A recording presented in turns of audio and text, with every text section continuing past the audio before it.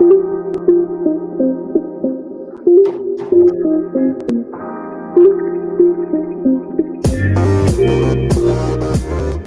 to the Wolverine Digest Podcast, the best spot for objective and authentic coverage of Michigan athletics. If you want open dialogue, honest opinions, and in-depth coverage of the maize and blue, this is the podcast for you. And now, here's your host, Brandon Brown, joined as always by Chris Brandler. I just want to start by saying go blue. Well. 2 weeks in a row, Chris. We back. 2 weeks in a row, Chris. I think that means we're gonna hit our stride here before too long. A little consistency from the boys. A little bit.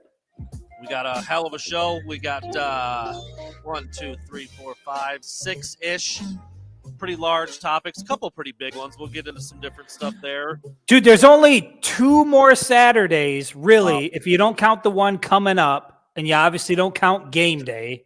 There's 2 more Saturdays between us and game day. It's official, man. It's here. I mean, and you've got week 0. You've got college football in 1 That's week. true. That's true. Michigan, yes, we got a little bit. We got approximately 25 days until Michigan football kick. Look at this man-sized wine glass right here. Look at the glass. It's Frosty the Snowman. I mean, To the brim. The elegance over here is really off the charts. It was fuller than that when we got on here. I just want to let everybody know. And Chris said he's been dive barring it all day. Well, there's reasons for that, Brandon. Other people, man, you got a lot going on in the Breiler household right now. Listen. We're in the midst of selling our home. Currently, we live in like the Linden Fenton area. We are selling our home. We are relocating to the Ann Arbor area, which I'm very excited about. Ever since, my wife and I, we went to high school together, and then we reconnected. We reconnected in Chicago. We lived in Chicago for, 5, 6, 7 years or so. And, our goal ever since we moved back to Michigan has always been to get to Ann Arbor. And so now the house is up. It's for sale. And we've had showings all day. We've got showings all day tomorrow, showings all day on Friday. And so basically my wife and I have been out of the house. The kids are over at grandma's. We've been out of the house drinking all day, going from bar to bar, just trying to kill time, find some things to do. But one of the worst parts about selling your home is that you live in this space. We've been here for, 5 or 6 years, and you've got to do all this stuff to get your house ready for viewing. This is the cleanest our house has ever been. And now I'm looking around and I'm almost getting seller's remorse. I'm like, it's too damn clean to sell. There's too much we could do here. But, I think it's time to get out of the area, get to Ann Arbor, get to home base, and I'm excited for it. Chris living a real-life episode of Love It or List It right now. I'm struggling. All of a sudden, I'm finding things I like about the house that I didn't find before. I'm conflicted. So that's where the alcohol comes in. Chris just said him and the wife drinking all day, kids at grandma's. Pulled it out, showed it to you. Hey, now. You get it in when you can when you're married with 2 kids. I'll say that. Baby. I'll say that. Young. Folks. Look at that, Daniel General listening on the Zero Turn tonight. That's what this is all about. Get out on a beautiful night in Michigan, cut your grass, turn us on and have a listen. There you go. I love it. So Dan's a buddy of mine from high school. We've been friends for a long time. I try not to read every one of his comments so I don't play favorites to a familiar name and somebody I actually know in person, but Chris went for it there. I like that comment. Out on the Zero Turn, got the earbuds in, man. He's ready to roll. We love that. We love that for Dan. We love that for anybody else. We got Penny Neer in the house with Dilly the dog. We got Brian Petrosky, who I've spent time with on the sideline. I believe he's a former police officer. He might be a current police officer. Maybe correct me on that, Brian. I've seen Travis Connor. This guy's at every single game that I can see. He's there with his son. So, a lot of people here, like I said, feels like a family, man. It feels like it's good to be back. Cody got a guy in the shower listening to us, just scrubbing away. Honey, CJ Frazier in the house.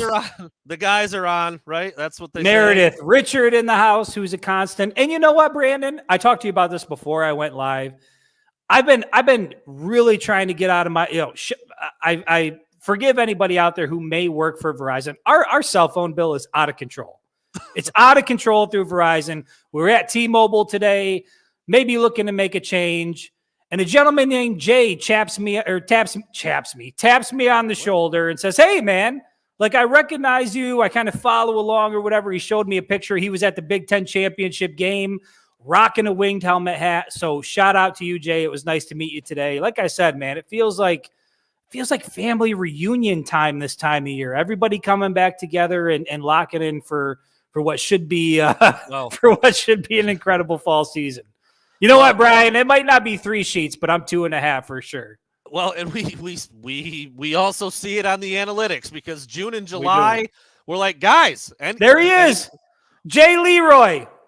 What's up, my guy? Welcome to the show, Leroy. Maybe Leroy. I think the small E with the big R is Leroy. Right? Like Ladarius, LeBrandon, if you will. Anyway, we are back. We are close to embarking on our 3 to 4 to 5 shows a week, Chris. I don't know if I feel like we still got that in us, but it's been a minute for that. We're climbing towards that. We've now been on a couple weeks in a row, and we're back. We're not going to let anything interrupt that as we move forward, and super excited about everything. Excited about the show tonight. Real quick, Chris, I don't think there's anything new out there, but I put up a little story about it. I was asked about it on Jamie Morris's show today. Do you know anything new, or have you heard anything or read anything at all about Jim Harbaugh and the potential suspension? I think it's been talked about a little bit here or there. We talked about it on the show last week. Just that's kind of the one weird thing hanging out over this program right now, is everything else is like a well-oiled machine. I have not heard anything new since the original news came out that, they were negotiating some sort of, what the suspensions would be. I heard it was going to be 5 games, got reduced to 4 games, but I haven't heard anything official. And I'm not quite sure that we will. I mean, who's going to put out the statement? Will Michigan put out the statement? Will the NCAA put out the statement? And you and I have talked about this before. I wouldn't be surprised, honestly, if Jim Harbaugh just runs out of the tunnel week 1 anyway, and he's there on the sidelines. Like, I'm just not sure if the NCAA is even relevant enough to have an impact at this point. So I don't know. I haven't heard anything new, but I don't know that we will hear anything official from either side. Yeah, it's just kind of a weird thing. That's what I said on the radio today with Jamie, and he said something to me, though, that I didn't know, something about a discipline committee or something like that meets in October. And if this doesn't get settled beforehand, then Jim Harbaugh could maybe miss games later in the season. That was the first time I had heard of that. I don't know if I'd run to the bank with that, but that was something that Jamie seemed to know about. And I mean, he played, it was a long time ago, but he's a former player, and he's around a lot of guys that know more than I do for sure. And so I don't know. Man, you hope that if he's going to get the 4 games, that it is the first 4 and that it's not in October or early November or something, or however it might shake out. But I just wondered if you cruising social or whatever out there had consumed or heard anything, because I still haven't. And we're all kind of waiting now as we're starting press conferences, and we're just a couple weeks away from game week and still no decisions made. Listen, here, if you're looking for maybe a little, well, I think I'm allowed to just say this. I heard from a birdie out there in the world. Now, again, take it with a grain of salt. But 2025 quarterback, 5-star, Belleville, Bryce Underwood, very high on Michigan. Well, very, very high on Michigan, to where Michigan fans should feel pretty confident about the way this thing is going to play out. Are you still planning on going to that game? I know some things are. I am going to go to that game. Okay. I am going to go to that game. I think it's like August. It's like the last weekend in August, Friday in August. It's Belleville versus River Rouge. You're playing at Wayne State. I'm going to go down there and shoot the game. Obviously, Bryce Underwood's going to be the focus of my camera, but I'll be down there taking pictures of it. And listen, the conversation I had, and it's no knock against Jaden Davis, because I think Jaden Davis is a special talent. I think that, he's been great for Michigan recruiting. He's helping build the 2024 class. But to me, right now, and maybe, bookmark this, if I had to choose between one or the other, if I'm taking Jaden Davis or Bryce Underwood, give me Bryce Underwood every day of the week. I think that dude is going to be special at the next level. He belongs in Ann Arbor. They need to do everything they can to get him here. Yeah, he's the number one player in the country. That doesn't happen in your backyard very often, man. And some are saying he might be the best high school quarterback recruit ever. I mean, that's the type of hype he's getting. And it's in various forms because, I mean, one, you look at the kid, he's a physical freak already as a junior. And because he's going to play so much high-level football over the course of his 3 or 4 years of starting, he literally might have statistics that go up against any high school quarterback that's ever played. And that's but here's the conundrum, though. If you bring in a Jaden Davis isn't coming to Michigan to sit or to play for, you know what I mean? So this is where I think if Michigan lands Underwood, I don't know what that does for the future of Jaden Davis at Michigan. And I don't want to look, kid might stay, choose to compete, whatever. Like, I'm not saying that he's going to back out of anything. I'm just saying, like, highly rated recruits these days want to play. They don't really want to sit on the bench. And so I think it's going to be really interesting to see how this recruitment plays out in the future, because I do think it will have an impact on the current recruiting class in 2024 as far as the quarterback's concerned. I don't know how it couldn't. I mean, like, but big time programs land a couple big quarterbacks in a row. They battle it out, and one usually leaves. That's kind of how it goes. Like, Clemson did it for multiple years in a row. They were getting 5-star after 5-star after 5-star, and one would win the job and the other one would leave. We saw Hunter Johnson leave. Now DJ Uiagalelei has left. Cade Klubnik is now. I can't believe you even attempted that last name. Say it again. Say it again. You did nail it. Uiagalelei. Thank you very much. DJ. Not even going to try it. DJ I can handle. Just stick with DJ then. That works. So as I mentioned, we have started press conferences. Last week we got a chance to see JJ McCarthy, Mike Barrett, Jalen Harrell, Zach Zinner. 4 obvious studs on Michigan's roster, going to play a ton. Some really good stuff from JJ, some really good stuff from all 4 guys. JJ and Zinner much more talkative. Dude, I just keep thinking about different guys that Jim Harbaugh and the team can trot out in front of us to talk to this year, and how exciting it's going to be to see and talk to these guys. And then you get Donovan Edwards going on another platform and doing another interview and saying some pretty good stuff. And so at the press conference, I know some of the things that, stuck out. JJ talking about the passing game, both guys talking about the O-line depth. It's just more of what we've talked about every time leading up to this point, how good this team is, how confident everybody feels, how exciting everybody is to see a year older JJ and to see this new offensive line, to see the 2-headed monster at running back. Was there anything else, though, Chris, being in-house that you were like, oh, man, football's back, or you can tell they're practicing, or JJ this, or, Jalen Harrell that, like, that's 4 dudes we're going to see a lot of this fall. Well, listen, I'll say this. Jalen Harrell, a lot of what he said, I feel like he was just kind of giving standard answers that you give in a press conference. The one thing that stood out to me when it comes to Harrell is when he was at the podium, he was like grabbing the podium. Sometimes he was like slamming his hand. Dude is jacked. The dude is just looks like he is built to be a dominant edge rusher at the collegiate level. And you've been high on him for a while now. I think he's going to be one of those guys that's just everything we thought he was going to be. I think we're going to see that this year out of him.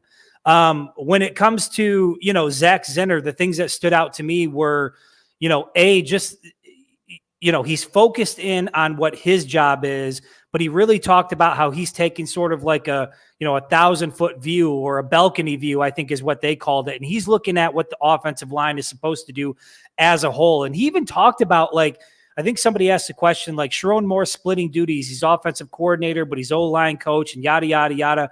And Zach Zinner said, look, if Sharon Moore is off doing his own thing or whatever, he's like, in practice, he's like, we've got enough leadership on this offensive line. If something isn't right, we get together and we take care of it and we address it. And the leadership on the offensive line to me is something that gives me such confidence in this offense moving forward, because that's the type of thing that travels. You can take it to, you can take it to Maryland, you can take it to Minnesota, you can take it to Nebraska, anywhere you got to go in the country, that type of thing travels.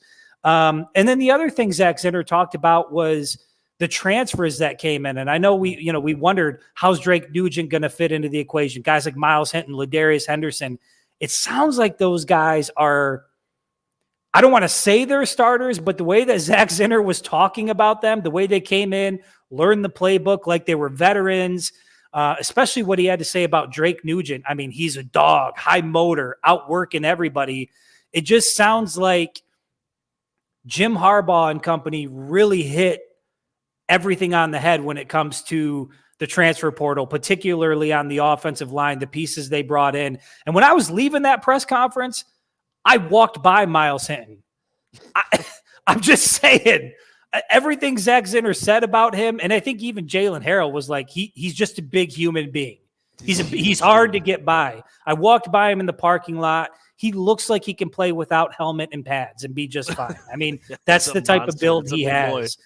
And then, with JJ McCarthy, obviously the maturity really stands out, how composed he is. Said he's having more fun this year right now than he's ever had playing football.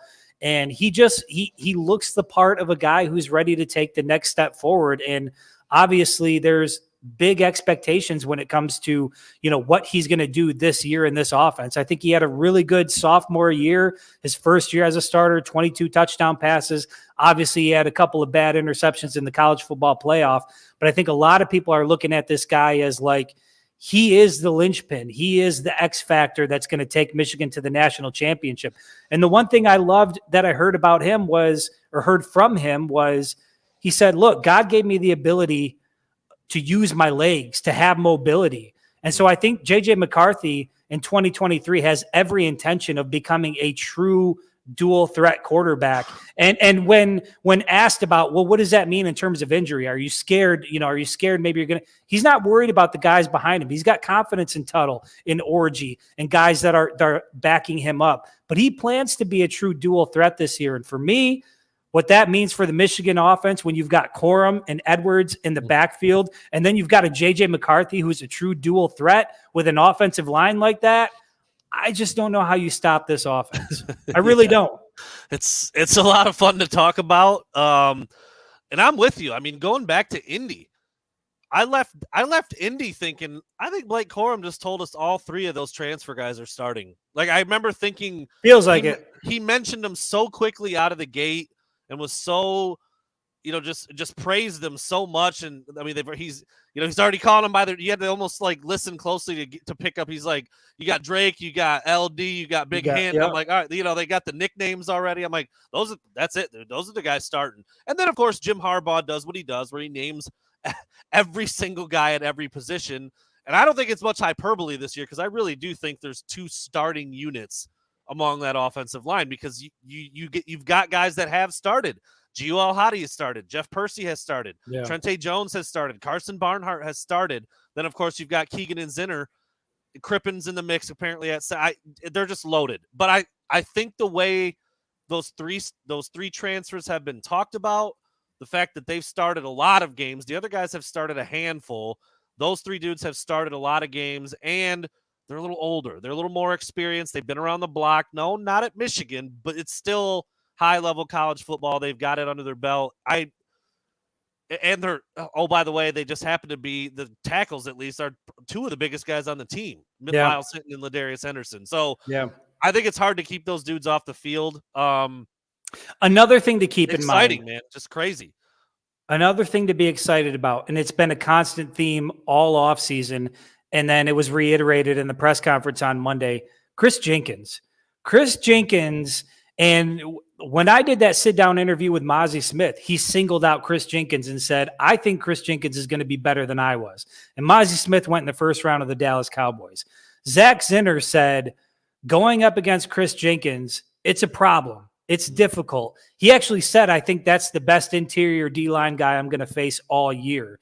And then J.J. McCarthy reiterated that. He said, when you're talking about guys like Chris Jenkins, Kenneth Grant, and Mason Graham, he was just like, whew, I feel for any quarterback, because they're going to have to deal with those guys week in and week out. And so I just, again, everywhere you look on this team, offensively, defensively, there are dudes everywhere.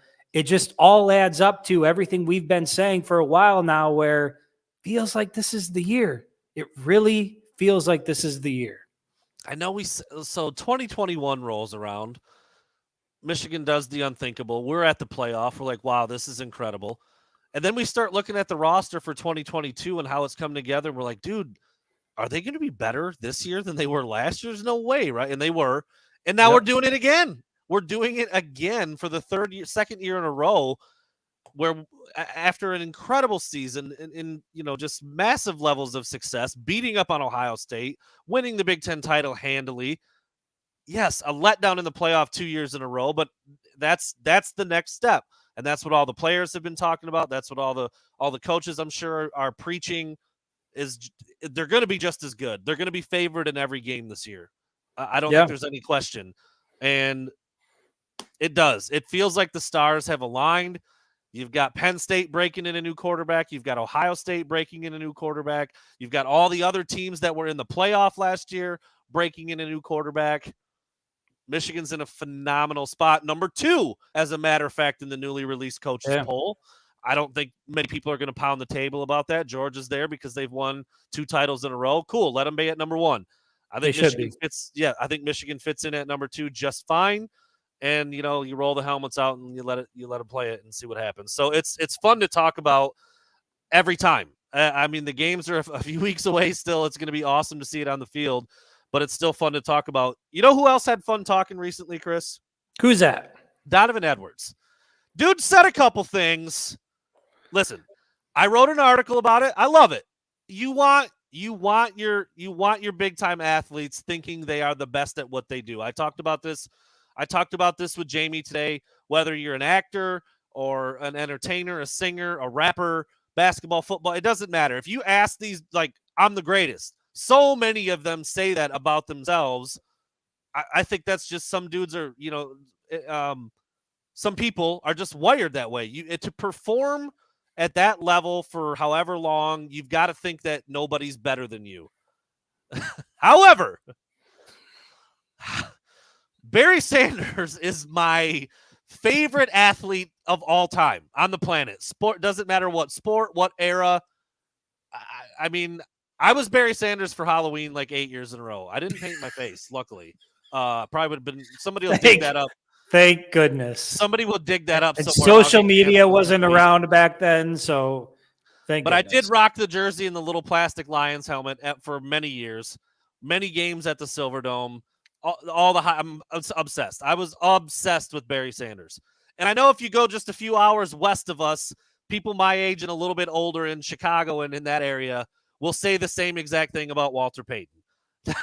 Now, if you're a running back and you say that you're going to be as good as those two dudes, you're going to have a few people scoff at that. And that's just going to happen.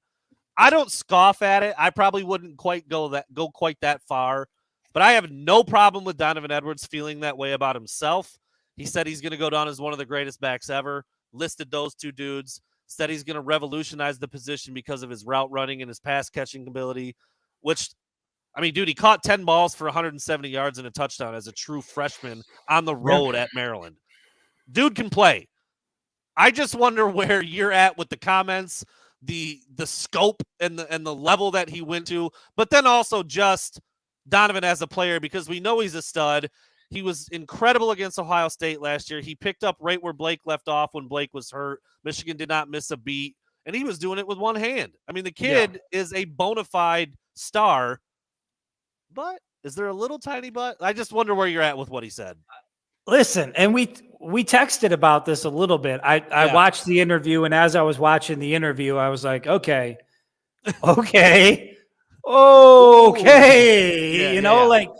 at the end of the day, I am not going to knock the kid for having all the confidence in the world in what he's capable of, moving forward. Obviously, and he said Marshall Faulk, a great comp, by the way, from Jared Johnson right there. That's a great comp for Donovan Edwards. Exactly. And it's, he said it himself. He hasn't had a full year. He's going into his junior season. He hasn't had a full season where he hasn't experienced an injury. Mm-hmm. And so he's got to make it through the full year. Obviously, having Blake Corum as someone to help shoulder the load should help that. But I think we've seen it out of Donovan Edwards that obviously he's an elite running back. He can do a lot of things from that standpoint, but he can also get out in the slot. He can make incredible catches. And I do think when you look at what's going on in the NFL and the value or lack thereof that's being placed on the running back position, somebody like him can sort of change the game where it's like, look, I can line up in the backfield and I can be dangerous, but I can also split out wide. I can be in the slot. I can play receiver. I can do anything. I think some of the higher paid running backs are those exact guys. Christian exactly. McCaffrey, Alvin Kamara, those that's Donovan Edwards. That's what exactly. And I think when you couple that with the fact that, look, he alluded to it in this last interview that we're referencing. He said it directly before. He has every intention of going pro after this year. And so I think he's setting the tone for like, look, I might be RB2 in Ann Arbor, but I am a first-round draft pick. People need to pay attention to what I can do. I am dynamic. I can do this. I'm going to be this. I'm going to be that. And based on what we've seen, even if it's relatively limited sample due to the injuries, haven't seen a full season out of him, I have no reason. Oh, there you go, Douglas. He can also pass. We've seen him throw 40, 50-yard bombs. The kid can literally do it all. So initially, when I heard it, I was like, maybe dial it back a little bit when you're comparing yourself to the greats. But fuck it, man. Shoot, if you want to be up there with Barry and Walter Payton and all, that's what you should shoot for. I mean, hell, man, putting it out there in the universe and speaking it into existence, like that's what life's all about, man. And I think that these guys are bought into that mentality. And look, I'm never going to be upset about a running back. I think what it was is I haven't heard a Michigan player talk like that in like a while. Like, when's the last time you heard a Michigan player sit down in an interview and be like, I'm going to be the greatest of all time. I'm going to be Barry. I'm going to be Peyton. I'm going to be up there with the greats of all time. Like, you just don't hear things like that. But when you watch him play, you see his skill set, everything he brings to the table, passing, running, catching.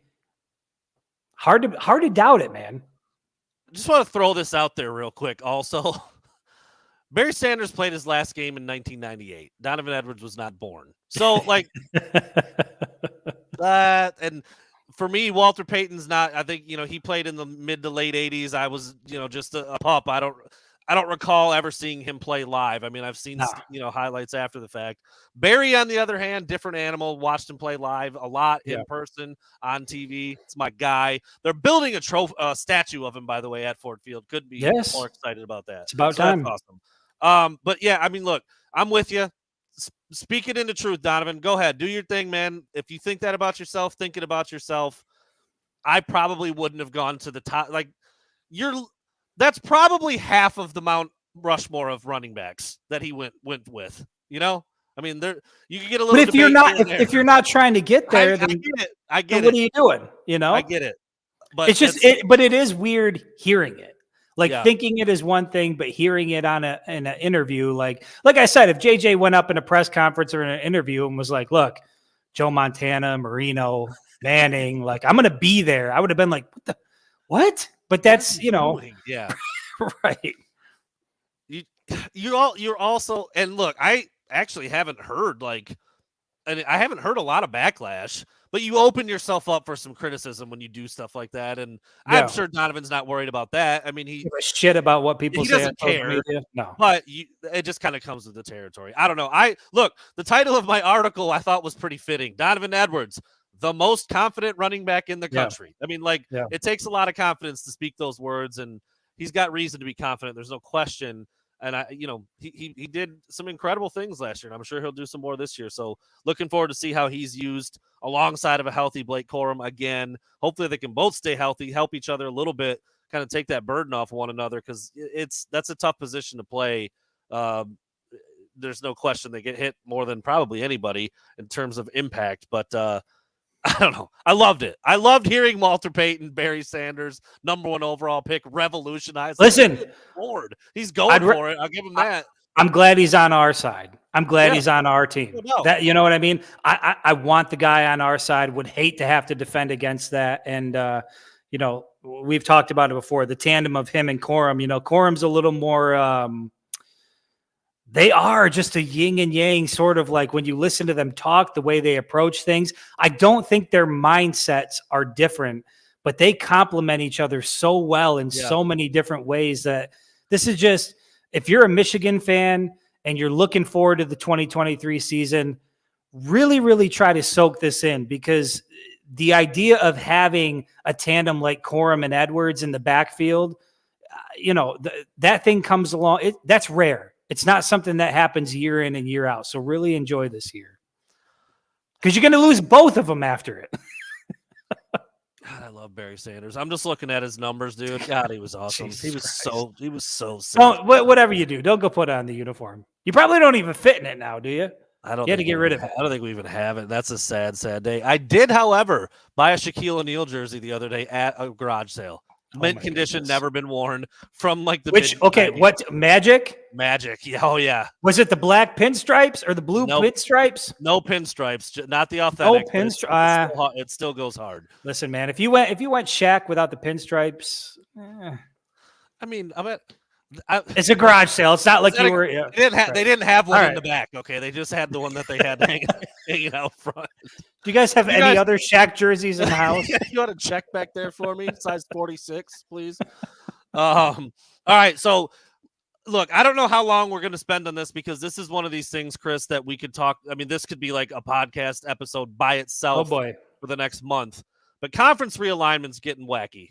It just is, dude. It's getting, yeah. I mean, I was on, again, this is another topic from Jamie's show today. I'm like, I'm just the old man yelling at clouds now. I'm like, I don't like it. Stop it. But it's weird. It's weird. I do think there's going to be some really cool games that come out of it. I mean, we've already talked about it, dude. I mean, like USC coming to Michigan in November. That's badass. Michigan going out to Southern California when it's a little chilly out here. That's sweet. It can still be weird. It can still be something that doesn't feel normal. I will say this, though. Jamie really did a pretty cool job of putting it in perspective for me today, just because he always, and again, slightly before our time, not really, but definitely for him, the intermixing of the Big Ten and the Pac-10, Pac-12 from back in the day with the Rose Bowl, and how much that always meant to Michigan fans, and going up against your Washingtons, your USCs, once in a while, maybe UCLA. It's got some cool history to it. Being in the same conference, however, it's weird. I don't know, dude. I just feel like it's going to continue changing every year for like the next 6 or something. We went so long without that stuff ever changing, and now it's changing all the time that I don't really know what to say about it or how to make sense of it all at this point. Well, here's something that, because obviously I'm a huge college football fan. That's where most of my focus is, and something I didn't really think about. And I think Chip Kelly put something out about how maybe the realignment should be specific to college football, but you let all of the other collegiate sports stay within their own divisions and keep their rivalries, because you have teams like, and look, I'm not going to pretend to be an expert on softball and baseball or swimming or whatever it is, but it's not just one event per weekend. You're talking about multiple events during the week where these teams are having to travel quite a bit. So let's say it's a soccer team, or it's tennis, or it's whatever it is. I think the impact it has on other sports is far greater than what it's going to have on college football. That's number one. And so I think that's unfortunate for the student athletes who, join the Big Ten or join the Pac-12. And it's like, man, now my travel is just significantly increased. And I get that there's people out there like, boo-hoo, you get to play college sports and travel the country. Like, we don't feel pity for you. But the reality is, even as people in the media, am I excited to go to Pasadena? Yeah. Am I excited to go, to the Coliseum, watch, Michigan play USC and be able to do that? Autzen? Yes. Autzen. Am I excited for that? Yes. But you also know what that means? That's out of pocket for me. That's travel expense for me. I am going across the country now to cover these games. And so it does have an impact on people just outside of what you see on Saturdays. And so I think some of that gets lost in it. The other part of it is, I do kind of like, it kind of sounds like old man screaming at the sky. You're angry, you hate change, but I don't know. To me, USC, UCLA, Oregon, Washington, those are not Big Ten teams. And I'll go even further. How long have Maryland and Rutgers been in the Big Ten Conference? To me, they're not Big Ten teams. I would like to see, if we're going to bring in USC, Oregon, Washington, and UCLA, can we please find somewhere else for Rutgers and Maryland to go? Like, they don't belong in this conference. Kick them the hell out. Like, to me, I don't know. Maybe it is a part of us getting old and not accepting the way that college football is changing, but I like having the Pac-12 out there. I like the Power Five. I like the different regions. I like the way it was, but I understand there's not a damn thing we can do about it now except accept what it is, Yeah. And I think that's the tough part right now, is because you do feel like part of what made college football special, with NIL, transfer portal, super conferences now, it's just over the last decade, this game has changed considerably to where it looks a lot more like semi-pro, borderline pro sports, minor league, NFL. It's money, it's TV, it's power brokering. Like that's all it is. Isn't it weird? Do you remember when it was like, oh, NIL is going to ruin college football. It's going to destroy tradition. The transfer portal is going to destroy. No, it was executives and TV deals and all the higher ups wearing the suits that were going to destroy everything that was, supposedly loved about college football. And so I just think it's funny to see how that all happens. Money rules the day. And if this is where things are headed, I will say this: there better be a movement to make damn sure that players are getting revenue share of what's coming in from these television deals, because they are highly lucrative. And a big part of the reason why they are the players that are on the roster. Yeah. Yeah, I mean, you couple points you made, Chris. One of them was the first one. I mean, it's football is at the forefront, and rightfully so. It's what drives the money. It's what gets all the views on TV. I mean, like, I understand that, but it's not the only thing being affected. Like, like a Rutgers women's volleyball traveling to USC on a Tuesday to take. How the hell do you do that? And what's their schedule? How many games are they playing during the week? It's not just one a week. They probably have 3-4 games a week. The logistical nightmare that comes with this is something I can't even begin to comprehend. Football, you got one game a week. It's on the weekend. You got some days built in for travel. That, I mean, if you really think about it, like, what's Michigan has been, even go with the more traditional Big Ten. I mean, Michigan's flying to Iowa City. Yeah, it's probably only a couple hour flight, but what's a 2-hour flight versus a 4.5-hour flight in the grand scheme when you're flying out west for the weekend or something like that? But the other sports where you've got midweek games and you've got multiple matchups throughout the course of the year, I just don't know how you make it work. It's very, very confusing, and I'm sure it's something that's been thought about, but it still doesn't seem to make a whole lot of sense. And then, yeah, I mean, it's just weird. It's like when I just close my eyes and think Big Ten, it's like USC, Oregon, what? No, but hey, some of those matchups are going to be badass. I mean, it's going to be awesome. It's like I've always said this, like, when bowl season rolls around, somebody's like, "Oh, too many bowls. I can't believe." I'm like, "Bro, it's football. Shut up. Like, go watch Will and Grace. I don't care. I'm going to watch the game. All right. I'm going to watch the Fuddruckers Big Mower Special Water Bottle Bowl. Okay. I don't care. Whatever. I'll watch it. I mean, are they always great matchups? Is it the best football ever? No, but it's still college football. It's college football. I mean, how much does it suck right now not having it? Like, I'll watch any bowl game at this point. But here's the other thing. This all plays into why, we talked about how good Michigan is and everything they have working in their favor. This is also part of the equation. In 2024, you're welcoming 4 teams into the conference, 3 of which at the very least are going to be serious competitors to win the division. And I know that college football playoff is expanding, but even that, it's going to be a lot harder. That pathway to the national championship just gets a lot more difficult. And so I think for Michigan, going back to what we were talking about earlier, when you look at the roster, when you talk about conference realignment, when you talk about college football playoff expansion, all of those factors included, it just feels like now is the time for Michigan. Like, if you are going to break through and get to the national championship and bring one back to Ann Arbor, now's the time, man. Like, there's not going to be a better time than now. This year is setting up very well. There is the expanded playoff coming, but you're right, dude. I mean, these Cool. You got to go on the road to Tuscaloosa. Yeah. First round. Neat. Neat. Cool Not that I won't love it. Yeah. I would love to cover it, right? But your pathway now to playing for a national championship for a team, by the way, that hasn't won a postseason game since 2015. I mean, we're in, this is 2023 now. Michigan has not won a postseason game in a while.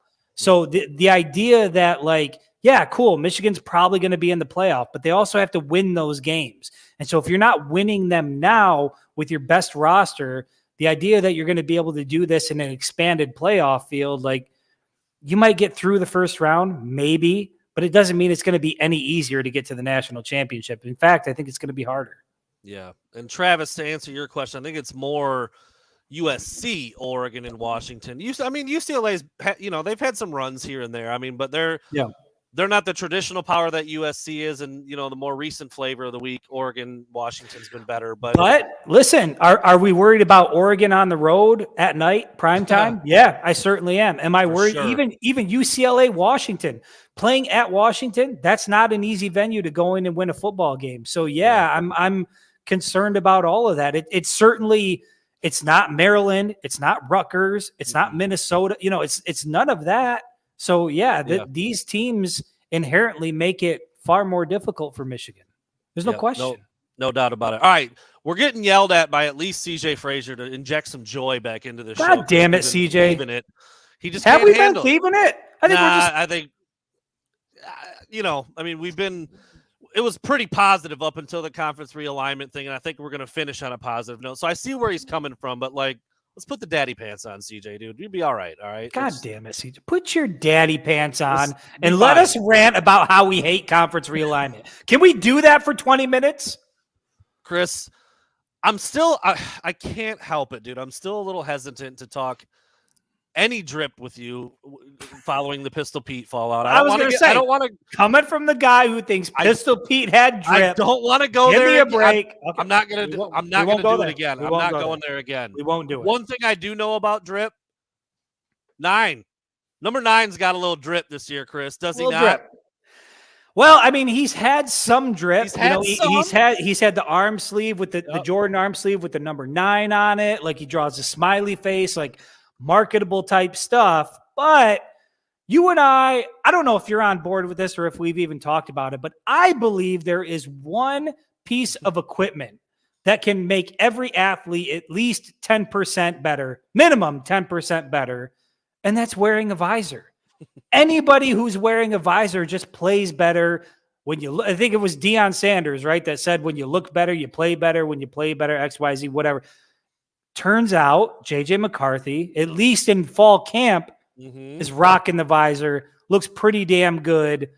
It looks like, and I've seen people put it out, it looks like one of the creative players in college football. Let me put it this way. When I'm creating a quarterback in college football, NCAA football, whatever the hell it's going to be called, they're wearing a visor.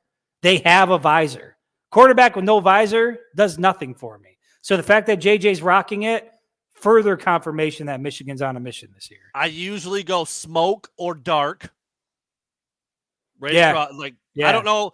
JJ dark is a little bold for a quarterback. What Smoke, do you think?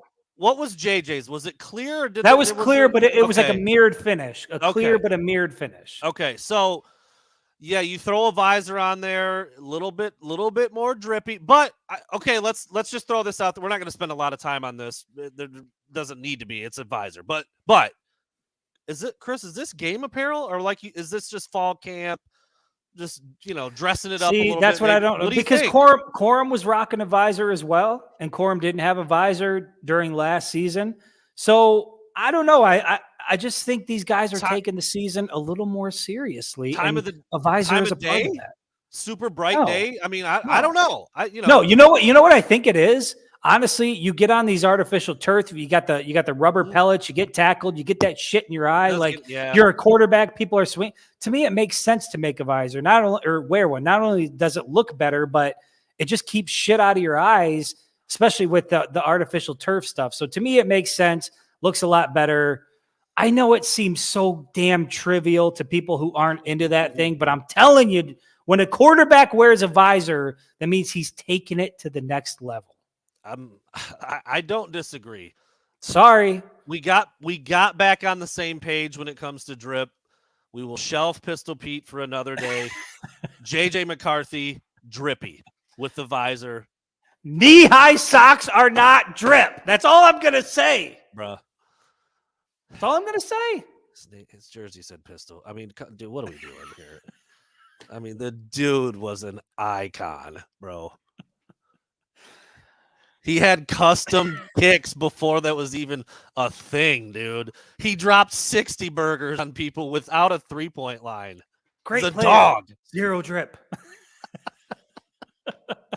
Oh man, if only he. I mean, R.I.P. Pistol Pete. I wish we could just have him chime in.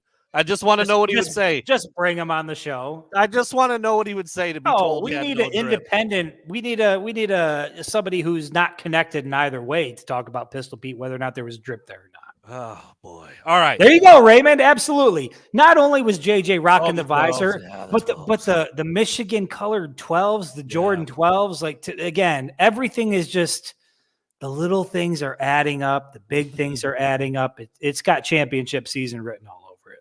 All right, Chris, we're going to finish with this. I think it should be fun. I know it'll be fun for me and you. I don't know how many video game players we have in here, but yesterday or the day before, EA Sports officially announced you can bank it. The college football game will be back next summer. It was dude, we should have been playing it for like 2 weeks. Or it was supposed to be I'll say this. 23.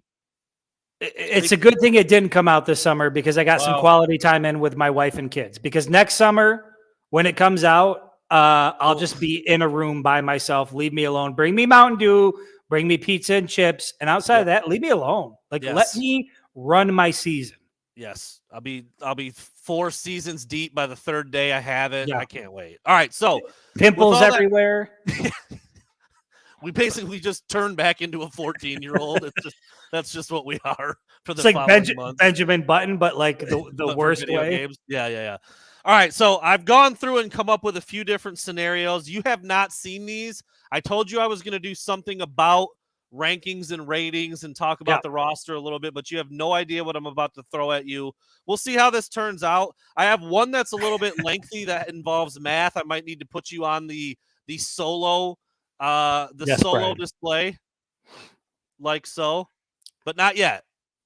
We'll see if we need to get to that point. All right, Chris, here's my Wait, does that mean you're going to go take a piss? What does that mean? There's some numbers that I may have to add up quickly to try to get to something. Okay. I didn't really think that through as I was going through it, but it'll be okay. We'll figure it out as we. Yes, to the people asking, we will do a college football tournament, an online tournament. I mean, we plan on diving in head first. So, empty wine bottles, yes. It'll be on Rosie, yes. That's a great idea, dude. That's a great idea. Tournament on the RV. I'm just thinking like online dynasty for anybody who wants to jump in. Bro. Yeah, but even on game day, like come in, like put some money in the pot, like whatever the case is, we'll kick your ass off the RV if you get your ass kicked. You know what I mean? Stay on the RV all day. I love it. All right, here we go. Let's start. I'm going to save a couple of the big name ones for the end, but I wanted to get your opinion on this. Higher overall rating, Chris Breiler. Higher overall rating. I think I know where you're going to go, but I think this opens up a good discussion. Higher overall rating, Junior Colson, Ernest Hausman. Give me Junior Colson. I feel like Junior Colson is one of the most overlooked Wolverines on the roster at this point. He's the leading tackler from last year. He's bigger, faster, stronger. We saw him out, we followed him around on the Michigan tour. The dude is built like a brick shit house. I think that's how you put it, right? Correct. I think Junior Colson is going to have an incredible year. And I think Jake Butt actually just recently put out a list of top players in the Big Ten Conference, and he could see a scenario where Junior Colson is a top 15 player in this conference by the end of the year. I'm very, very high on Junior Colson. What would you give Junior Colson as an overall rating on NC Dub? Where's he fall for you? He's a junior now. He's not a young buck anymore. He's played a lot of football. He's probably he's got to be north of 230. Give me an 89. Give me 89 on Junior Colson. Not quite in that 90 range. 89. I know none of us are. None of us are quite as educated or If filled he in had a about- visor, it might be 92. Ooh. Do you have a thought on Hausman? He's a sophomore. He played a bunch of football for the Cornhuskers last year. 82, 83. Okay. I mean, it looks like and everything we've heard about him, again, even from Mike Barrett, coming out of the press conference, Ernest Hausman doing his thing. But to me, Junior Colson is like, this guy's legit. He's an NFL linebacker. I think he's going to have a monster year. The fun thing is that I don't disagree necessarily with what Chris said, but I think there's a lot of, you said that you felt like Junior Colson might be one of the most forgotten Wolverines. I think we just don't know much about Ernest Hausman. He could end up being the leading tackler on this team. Yeah, but nobody really talks about Junior Colson though. And he was. I don't disagree. I just think it speaks to the depth on this team. The fact that both of these guys have a chance to lead the team in tackles. Oh, by the way, there's a guy named Mike Barrett who's not bad either. Runs around a little bit, makes play. I mean, dude, just keep it moving. Jimmy Rolder in the mix. He's got a little bit to him too. He played a little bit as a true freshman last year. All right. I also think I know where you go here, but I think this is also an interesting discussion because I think they're both so well-rounded and have NFL futures ahead of them. No, Hausman played at Nebraska. Listen, and there's nothing disrespectful to Hausman. No, not at all. Think he's a great linebacker. I just happen to think that Junior Colson is further along in his development. One's a junior, one's just coming out of his freshman season. Yeah. Again, I think I know where you'll go with this, and it's based on what Michigan's so good at, but I think it's another interesting discussion because of how well-rounded these dudes are and how good the line is across the board. Trevor Keegan, higher rating, pass blocker, run blocker.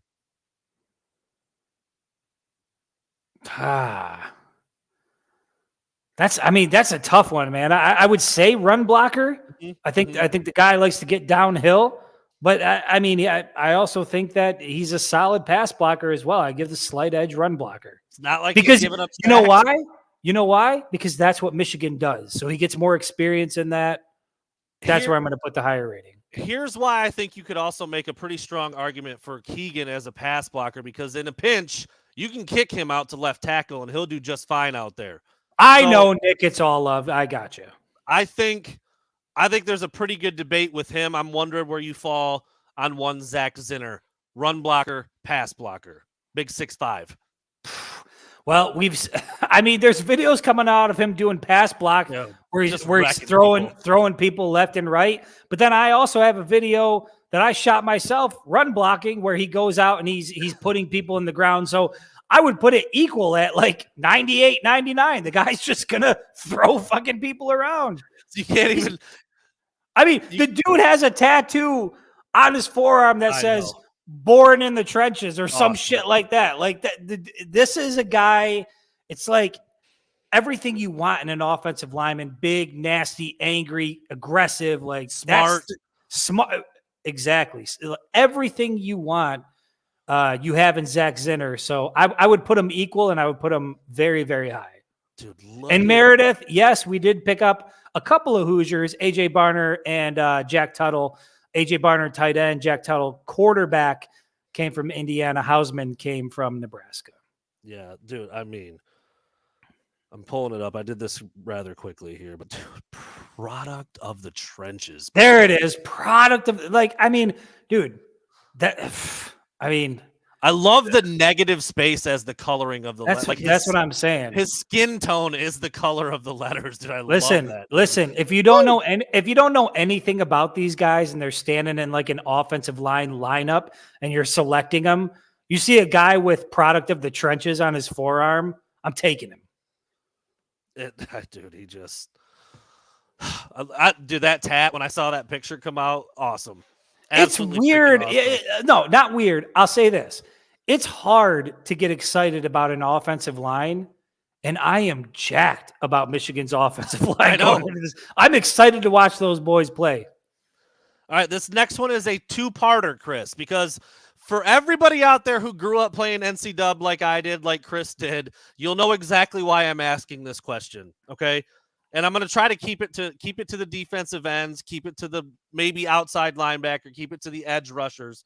Chris, if they drop the video game tomorrow, who would be the best pass rusher for the video game, and is that the same person in real life? And I think you know why I'm asking, because Fools Online used to take cornerbacks and put them at DN that had like 98 speed and just whip ass around the end.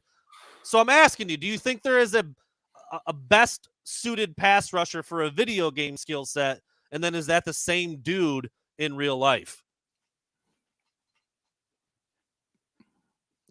Again, hard how many to say. dudes can you go with here? Right. That's what I'm saying. There's a lot. I'm going Harrell. I'm going Braden McGregor. I'm going Derek Moore. I'm going Chris Jenkins. I'm going with all these guys. But based on what I've heard, and I know Chris Jenkins' primary goal is to eat up blockers so that edge rushers could get to the quarterback.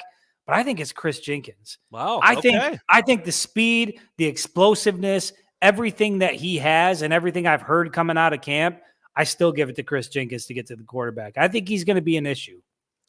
He's got in my second would be Jalen Harrell.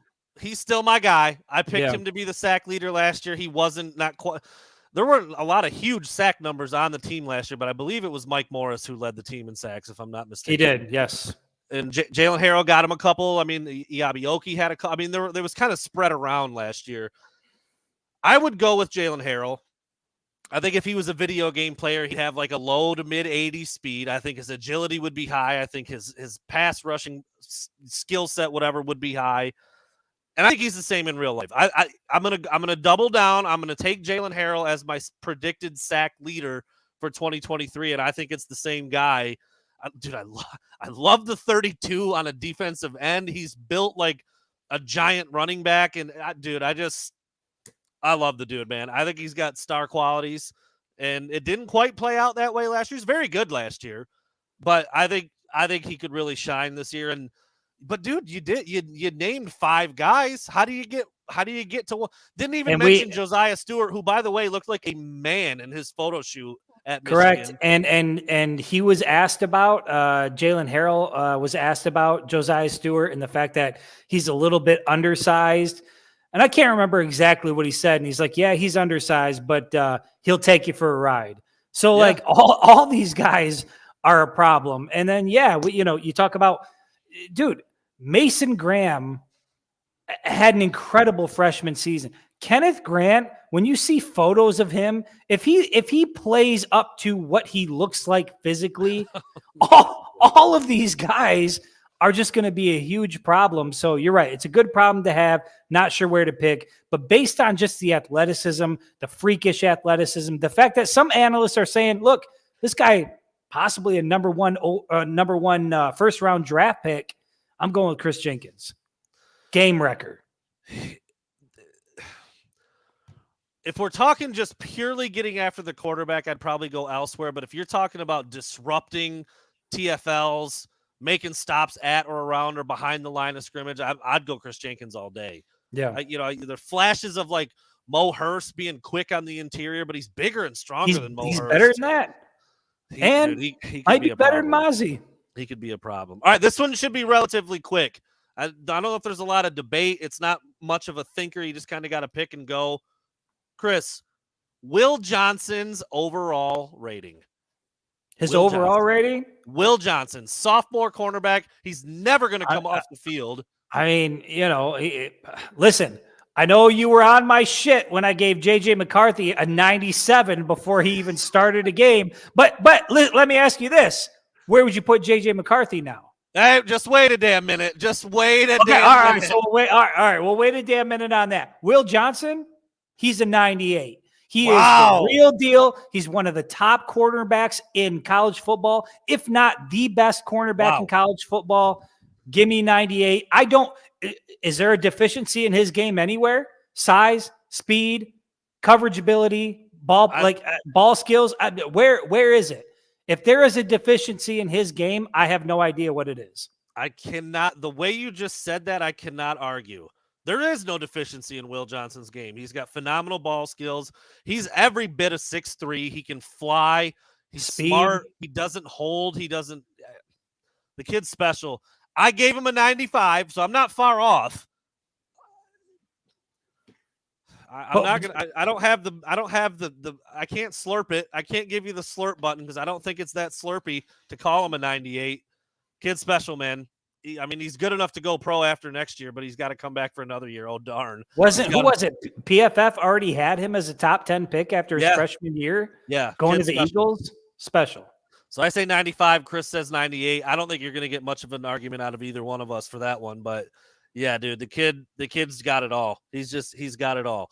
All right, I'm going to go with. Which one do I know which one I want to do last. Let's go right here. Does Michigan currently have a player with a 99 speed rating? I would say that last year DJ Turner should have been that guy. Yes, they do. Is there a guy on the team right now that's going to be 4.2, 4.3 in the 40? They might have two. Whoa. They might have two. Where are you going here? Listen, I'm going to go Roman Wilson. The flying Hawaiian himself. 99 might be a stretch. And here's my maybe out of the woods a little bit. I think people are sleeping on Cole Cabana. Wow. Cole Cabana. Okay? I can't say it. I can't go there. Just watch. 99? No, I don't know that I'd give him a 99. But I'm putting his name out there as a guy with some speed. But Roman Wilson, if I had to give a 99, it's going to the Flying Hawaiian. I mean, for Christ's sake, his nickname is the Flying Hawaiian. I gave him that. It's actually Shane Victorino's nickname from pro baseball, but that's what they call him. Well, you can because he's fast and from Hawaii. Anybody from Hawaii who's fast gets that nickname. Yeah, but I don't hate it. I think I'd give Roman like a 97, maybe a 98. I'm saying. Didn't you say if anybody, Iman? Well, apparently he's been billed as the fastest guy on the team by Roman, by AJ Henning, by other fast guys. That's interesting. So I say that because I'm. So by the way, I went back. I did my research for the pod tonight was incredible. Fired up the Xbox, put in NCAA 2014. The most research you've done in months. That's a fact. The roster is the 2021 roster. I haven't played it, so I don't have the new. There's probably a newer one available. But so we're talking the best players on that game are seniors like Kyle Hamilton, Aiden Hutchinson is a 97 overall on that game. Ahmad Gardner, Sauce Gardner is a 98 overall. Will Anderson Jr., who went 1 or 2 or 3 overall this past season, is a 98. So that just give you an idea of kind of where I was looking up some of these different attributes and where guys might fall and where guys might land. There was not a 99 speed guy on that game when that roster was downloaded. The fastest player on that game was Jalen Hyatt, who played wide receiver for Tennessee. He's now a rookie with the Giants. He was a 98 in speed. So there you go. But dude, DJ Turner pops off the third fastest 40 time. That's a 99. Yeah. That's a 99. Yep. That's as fast as they come. All right, here's what I got next for you, Chris.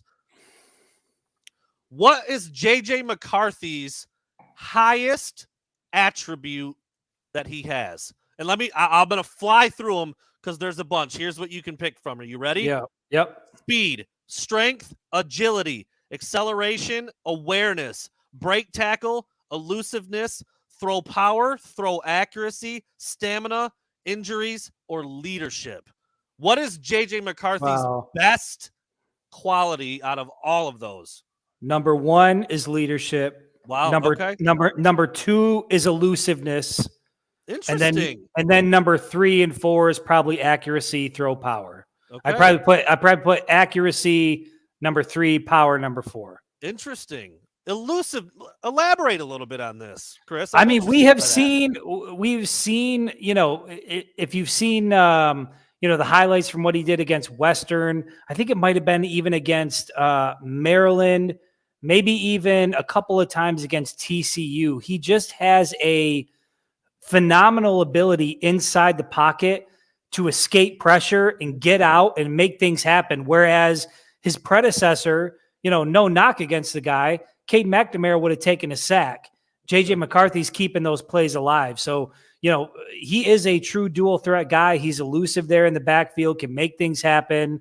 I would put that as his number 2 highest trait, but leadership, who he is, his mental makeup. I mean, to me, that's off the charts. And if anything's going to get him drafted in the first round, it's going to start there. It's not a knock on his talent, but the mental makeup is certainly top of the line. Seeing a lot of people saying awareness too, and I think that kind of goes hand in hand with your elusiveness, with you're keeping your eyes down the field, with making the right read, the right throw. There's a lot you could pick from. I think I actually threw leadership in there on my own. It's not not on there? Attributes. Oh, okay. On the game, it's not. But I'm like looking through these. I'm like, there's none that talk about the mental side, and that I agree with you. I think that is his best strongest attribute. I mean, the dude's meditating under the goalpost every game. Come on now. Yeah. So I'm with you, Chris. I think you could come up with any one of those 4 or 5 different traits, and you're going to do all right. I mean, dude, if he's running 4.4, like he said, speed's going to be pretty freaking high on the list too. But he just does a lot of things well, man. There's not a lot of weaknesses in his game either. Talking about Will Johnson, same thing with JJ. All right, Chris, this is probably going to be the most time-consuming one. So let's see how fast we can do this. We've got Blake Corum. We've got Donovan Edwards.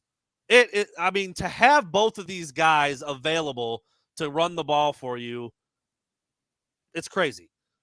I don't want to ask you just who's better, who's worse, overall, this, that. I want to go down a few skills and see where we put them. I like it. I kind of without knowing where you're putting them somewhere, if that makes sense. So here's how I'm going to do this. I did it fast. Let's try not to think too much. Just whatever comes, boom, and we'll go for it. And there can be a debate afterwards if we need to, I think. Blake Corum, speed. 88. Okay. We're not talking now. Wait, there's a difference between quickness and speed, right? I'll get that. Yep. I've got 12 different categories. 88. Strength. Strength 93. Okay. Agility. 98. Acceleration. 95. Break tackle. 89. Vision. 98. Catch. 80, 86, 87. Route running. 82. Pass blocking. 82. Run blocking.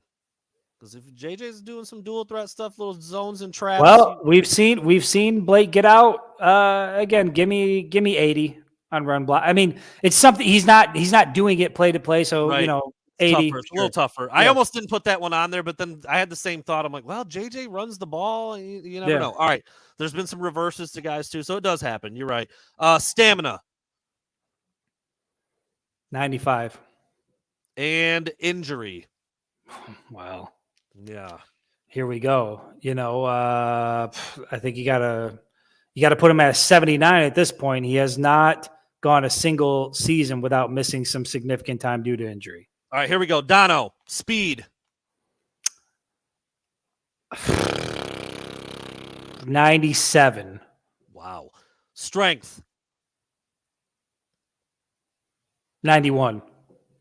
Agility. 92. Acceleration. 95. Break tackle.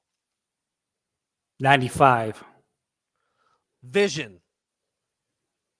95. Wow. Catch. 98. I mean, the dude can catch. Route running. 94, 95. Pass blocking. 89. Run blocking. Again, kind of a weird one for a running back. Give him an 80. Same as Corum, whatever I gave Corum. 80. Okay. Stamina.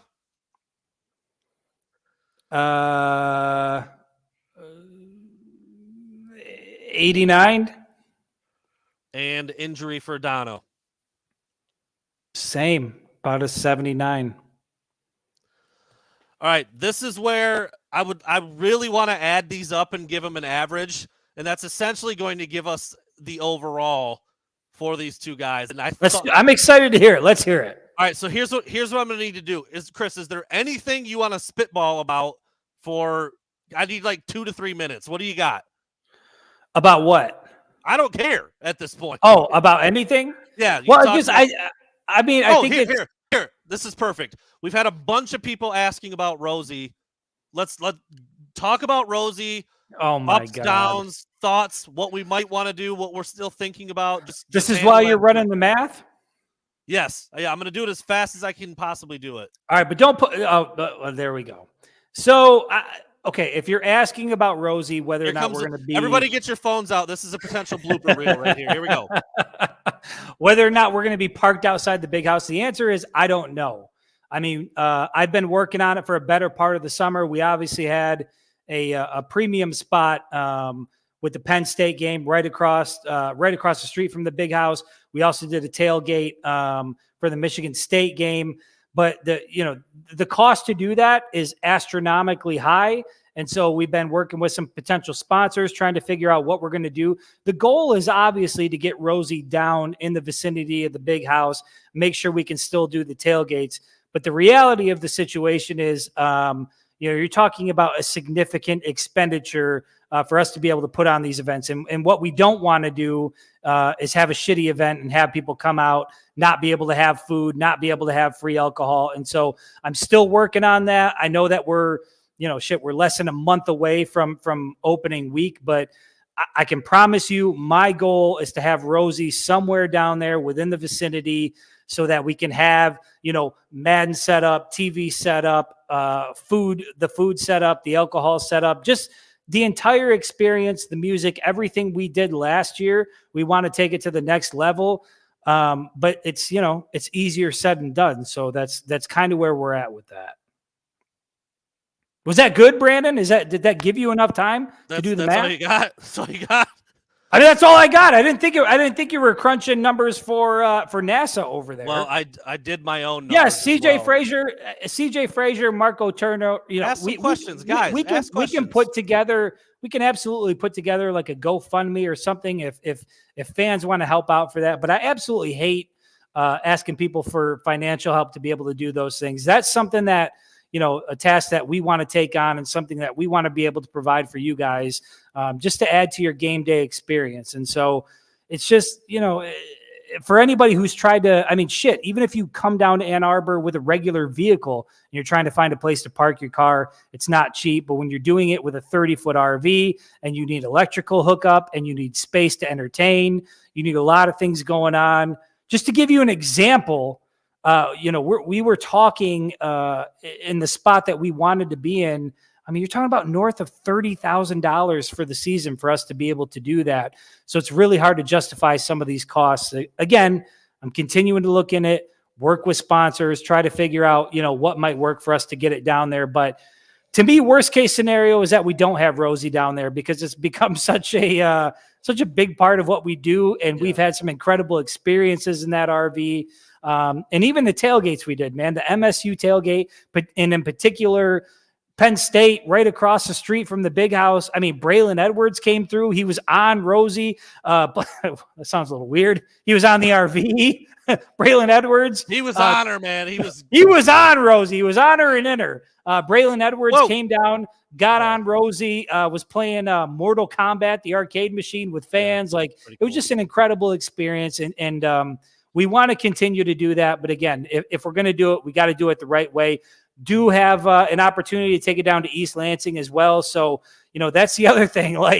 We want to get it out to some of these road games, but every time Brandon and I have tried to take it out to a road game, it has cost us thousands of dollars in fees for breaking down on our way there. So all I can say in short to summarize all of that is I am personally doing everything I can to make sure that Rosie is down there and that we can continue to do the things we did last season.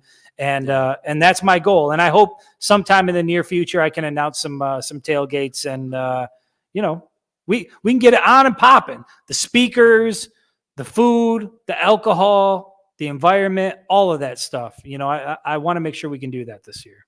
Well, breaking news: Chris Breiler thinks Donovan Edwards is the better running back out of them two, and it was pretty close, honestly.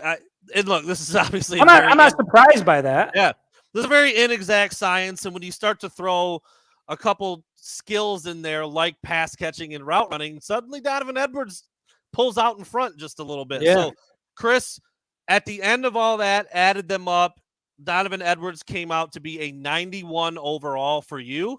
He was an 86 overall for me, which I think is too low. Like, if you just told me, give me Donovan Edwards overall, I'd probably say like maybe like about yours, 91, 92, yeah. something like that. And I had Blake Corum as an 87, and you had him as an 89. Again, I would have Blake Corum in the low 90s. I mean, 89, 91 sounds about right. I mean, they're neck and neck. They provide different things, and I think that's what makes that tandem so great. I think one of the biggest discrepancies was I had Blake as a 93 in speed, and you had him as an 88. I've seen Blake get caught from behind. I think he's got the quickness, the agility, but once he gets in the open field, I think a quick defensive back can track him down and bring him down. And I think we've seen that a handful of times. I did have Donovan faster. I had him as a 95 in speed. Yep. So that's kind of interesting. I just thought that would be fun. I mean, these two backs, they're different enough, but they can still. What that says is you've got two elite running backs. Yeah. Elite running backs. Give them both the ball 30 times a game and watch them shine. Throw them both the ball 5, 6, 8 times. Watch them make those catches and turn them into big plays. I mean, dude, it's a embarrassment of riches in the backfield. And last but finally not least, Chris, dude, I don't know. You said Will Johnson was a 98. Who is Michigan's highest overall ranked player heading into the 2023 season? Again, Aiden Hutchinson, his senior year, was a 98 overall per that roster. I mean, again, it's Will Johnson. Science. It's Will Johnson. Wow. It's still Will Johnson. Will Johnson as Chris's highest overall player at 98. Yep. I don't hate it. He might be mine. Dude, Zach Zinner, if you did like across the board for him for guard ratings, dude He's might right be there. 99 or 98. He really might be. I think you could have a pretty strong case for JJ this year as a junior. I think he'd be 95 or higher. I think you could get Donovan Edwards and Blake Corum both into the 95 plus range if you went through stat by stat. Dude, this team, man, it's just. And you know what's funny? Bro. Funny? Notice how we haven't even talked about guys like Mike Sainer still, Rod Moore, Makari Page. Like, none of those guys have even been mentioned in this podcast, and they are incredible defenders in that secondary that I just dude, there's too much. There's too much on this team. How many guys on this? I think you said Junior Colson was an 89, so that's close. Yeah. How many guys would be in the 90s on this team overall if they were an NCAA team? I mean, the offensive line probably across the board. Every single one of them. JJ, both. Well, I mean, based on the numbers I gave you, say Blake Corum isn't, but I think you can make an argument that he is. There were some other things that I didn't put in there that do fact. Like when you go through the actual game, I was like, well, so I think you could go entire offensive line, JJ at quarterback, both running backs. I think Chris Jenkins could be up in the 90s. Oh, there's no question he's let's a 90s let's see. Let's see about Kenneth Grant and Mason Graham. I'm inclined to say Mason Graham could be in there. KG has all the makings to be in there. Colston Loveland, didn't even mention him yet. He's got to be a high 80s guy, at least. Has to be. I mean, for a tight end, for what you're asking a tight end to do. Man, bro. Everywhere. That's the best way to. Man, dude. I can't wait for the season, Chris. It's close. I don't want to, nobody's trying to piss away the month of August just yet. I got a family vacation. Piss it away. You got a whole lot of stuff going on. I think if you could just wake up tomorrow and it would be. Dude, if I could just go into like a hibernation chamber and not have to deal with any of the shit I got to deal with over the next month, I would do it. There's a Michael Jackson egg filled with water. Just cryogenically freeze me for the next 3 weeks and wake me up when things are done. I mean, That's where I'm at. Listen, I do want to say this before we go out. To anybody who's still watching, look, I'm going to tell you this. Got something cooking a little bit with the National Guard. Whoa. I can't say what it is, but what I can say is this. From what I've been told, it's a 99% certainty that it's a go. And if it's a go, we'll be able to bring you some content that is just absolutely incredible. You won't see it anywhere else. I hope to confirm it here in the near future. Wow. That's all I'm going to say. Incredible content. I got nothing else to say. Unique, maybe the first of its kind in the country. I got nothing else to say. I'm going to end it on that note right there. We'll be back next Wednesday. I mean, I'm excited now. I don't even know what to say. I wasn't sure I could say anything until I got the message. So stay tuned for that. Wow. There you have it. See you next week.